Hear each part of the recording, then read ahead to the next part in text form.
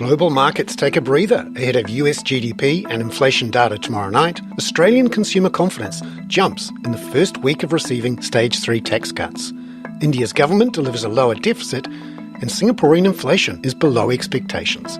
That's coming up in our 5 Things in 5 Minutes. And then in our bonus deep dive interview, ANZ senior economist Blair Chapman analyses Australia's labour market slowdown and whether it could accelerate. It's more of a trigger of once it starts to pick up pace, it's really going to explode rather than the sort of slow build we've seen so far. But first, in 5 and 5 with ANZ, markets took a breather overnight as traders refocused on earnings results and key US GDP and inflation data due tomorrow night. At 4 a.m. Sydney Melbourne time, the S&P 500 was flat. US Treasury yields down about 3 basis points ahead of a large auction. Oil was down more than 1%. ANZ senior international economist Tom Kenny says attention is now turning to US GDP and personal consumption expenditure inflation data due on Thursday night for clues on when the Fed can start cutting rates. We expect the data to continue to portray the Goldilocks scenario that the Fed's been getting, in particular inflation easing without a sharp slowing in growth or much of a rise in the unemployment rate. We think the Fed would be particularly pleased by this set of readings and adds to the case that the Fed can start thinking about easing policy in September. And that's when we think the Fed will be starting its easing cycle. The market is more or less fully priced for a 25 basis point cut from the Fed at its September meeting. The US dollar index was up 0.14% at 4 a.m. Sydney Melbourne time. The Aussie dollar and the Kiwi dollar were both down 0.38% at 66.17 for the Aussie and 59.56 for the Kiwi. Number 2. In Australia, ANZ's Roy Morgan Consumer Confidence Survey is at a 6-month high, rising 5.9 points, the biggest rise since April 2021. ANZ economist Maddie Dunk says the jump was across the board. She says while it's only 1 week of data, it does indicate the Stage 3 tax cuts are starting to help confidence. We're about midway through the month, and that means that most people will have received at least one pay, so they would have felt some of those benefits from the Stage 3 tax cuts. I think that it will be a cumulative thing where you slowly over time feel that extra money being in your pocket. And the other thing too, as you said, is the fact that there has been a bit less talk about the potential for the RBA to hike rates in August. Number 3. India's government delivered its first budget since the June election last night. ANZ economist Diraj Nim says this year's deficit target was lowered from 5.1% to 4.9% of GDP because of a large dividend from the Reserve Bank of India. Forecast borrowings didn't fall by as much, but Diraj says the use of the cash sitting at the RBI will help lower overall borrowing costs. Here he is, speaking from a slightly noisy Mumbai. Overall, fiscal prudence was maintained and the medium-term fiscal targets looked achievable. The budget was non-inflationary overall, so it does not also change the policy mat for the Reserve Bank of India, which we still expect to hold the policy rate unchanged till December 2024.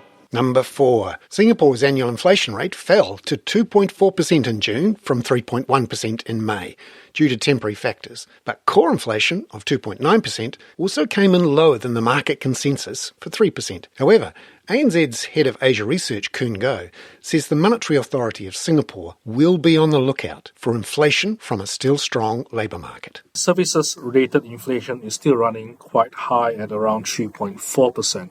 So what this tells you is that part of what's driving the overall inflation lower is goods-related pricing and cheaper cars, which are partly temporary and impacted by the strong exchange rate. With wage growth still quite strong in Singapore because of the tightness in the labour market, services-related inflation will likely remain elevated. That will keep core inflation probably close to that 3% level for a few more months. Number 5.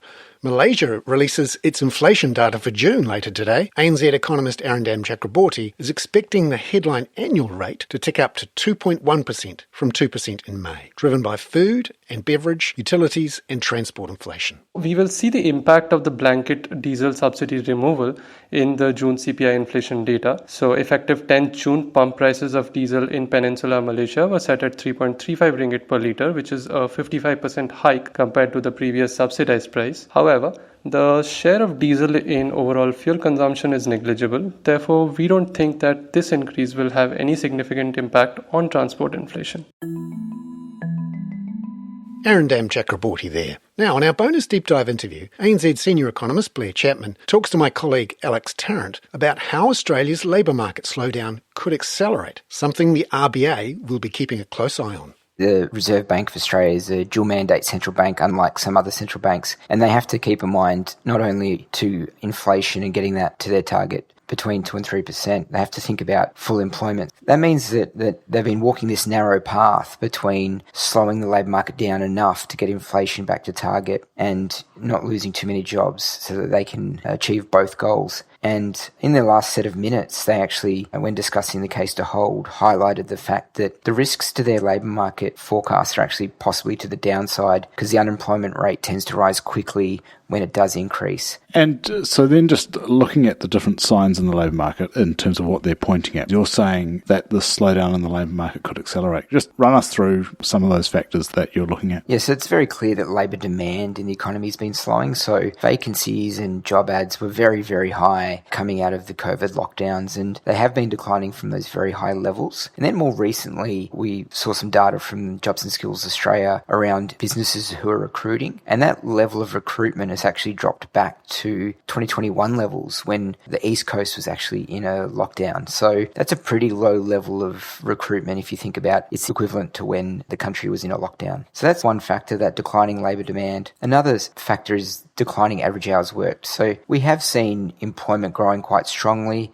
not quite as fast as population growth, but we've also seen, although we've had quite a lot of employment growth, hours haven't kept up. And so per person in the Australian economy, we're actually doing less hours of work each. And there is a tipping point when someone isn't doing enough hours that you just let them go. The third sort of indicator that we've seen is the job finding probability. And what we've seen is recently the number of people who are unemployed that have been able to find work has started to decline. And that just means that there's more people in unemployment each month. And additionally, when people are entering the labour force, we've seen the probability that they find work versus enter unemployment has been dropping. The fourth factor is increasing insolvencies. So the RBA's talked about this, that insolvencies as a share of businesses are pretty constant, that they haven't really increased too much. But when you look at the number of insolvencies and then you look at what happened during COVID, is we actually got less insolvencies than we would typically expect. And so over that period, we got about 10,000 less insolvencies across Australia than we typically would have expected. We're now starting to see insolvencies get beyond that sort of pre-COVID average, but they've only really eaten away about 2,000 of those additional 10,000 insolvencies. So there's a possibility that another 8,000 so far missing insolvencies actually eventuate. And then the fifth factor, that's increasing migration from economies that have worse outcomes than us at the moment. And New Zealand in particular, people from New Zealand can come to Australia without a visa and work as many hours as an Australian, and they don't have to go through that sort of visa getting process. They don't have to be sponsored. And so we saw this in 2012, 2013. The unemployment rate was higher in New Zealand. Their economy wasn't doing as well. We saw migration from New Zealand to Australia at relatively high levels. And we're starting to see that over the last couple of years. So the unemployment rate in New Zealand's gone up much faster than it has here in Australia. The New Zealand economy has experienced a recession, and the outlook's not quite as good economically speaking as it is here in Australia, and that attracts people from New Zealand. We have seen migration pick up over the last couple of years from New Zealand. And there's a similar story that occurs with the UK. Now, you say that the RBA is sort of cognizant of these downside risks, but how much do you think they're going to be rebuilding it into their, or the new data, latest data, into their next set of forecasts and the effect that that could have? Yes, it's really interesting because even our base case doesn't necessarily reflect these risks, because it's more of a trigger of once it starts to pick up pace, it's really going to explode rather than the sort of slow build we've seen so far. And so it really is hard to build them into your base case, but definitely are more than just tail risks that the RBA will be conscious of. Blair Chapman there. I'm Bernard Hickey. That was 5 and 5 with ANZ for Wednesday, July the 24th. Catch you tomorrow with plenty of global PMI data. This podcast contains general information only, not investment advice. You should obtain advice for your personal circumstances before making any investment decisions. Please view the podcast disclaimer available via your media player or email.